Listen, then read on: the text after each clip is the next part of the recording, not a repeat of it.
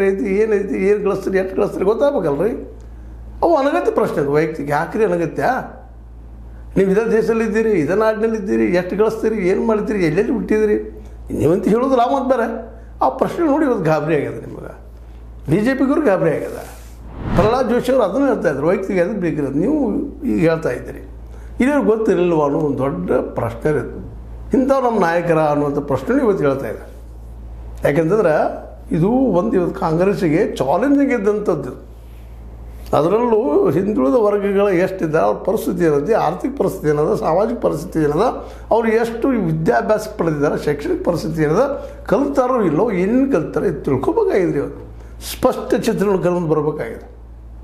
ಅವ್ರಿಗೆ ರಿಸರ್ವೇಷನ್ ಕೊಡಬೇಕು ಕೊಡಬಾರ್ದು ಅನ್ನೋ ಸಹಿತ ಇದರಲ್ಲಿದೆ. ಎಲ್ಲ ಭಾಳಷ್ಟು ಉದ್ದೇಶಗೊಳ್ತಾ ಇದ್ದಾರೆ. ಅದಕ್ಕಾಗಿ ಸಿದ್ದರಾಮಯ್ಯನವರು ಕಾಂತರಾಜು ವರದಿನ ಹೇಗೆ ಮಾಡಿ ತಪ್ಪಿಸಿದ್ರು ಎಲ್ಲ ಕುಡ್ಕೊಂಡು. ಅದರಲ್ಲಿ ಡಿ ಕೆ ಶಿವಕುಮಾರ್ ಒಬ್ಬರು.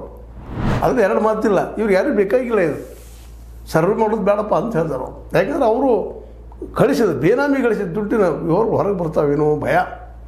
ಇದು ನೀವು ಎಷ್ಟು ಗಳಿಸ್ತೀರಿ ಡಿ ಕೆ ಶಿವಕುಮಾರ್ ಅವರು? ಕಾರ್ಪೊರೇಟರ್ ಅವರು ನೋಡಿರಿ, ಅದಾನಿ ಅಂಬಾನಿ ಇದ್ದಾರಲ್ಲ ಅವರು ಒಂದು 200-300 ಮಂದಿ ಯಾವ ರೀತಿ ಗಳಿಸಿದ್ದಾರೆ? ಸಾವಿರಾರು ಕೋಟಿ ಅಲ್ಲ, ಲಕ್ಷಾವಧಿ ಕೋಟಿ ಗಳಿಸಿದ್ದಾರೆ ಅಂದಾಗ ಅದು ಗೊತ್ತಾಗಬೇಕಲ್ಲ ನಮ್ಮ ಜನಕ್ಕೆ ಅನ್ನುವಂಥದ್ದು ಇರ್ಬೋದು.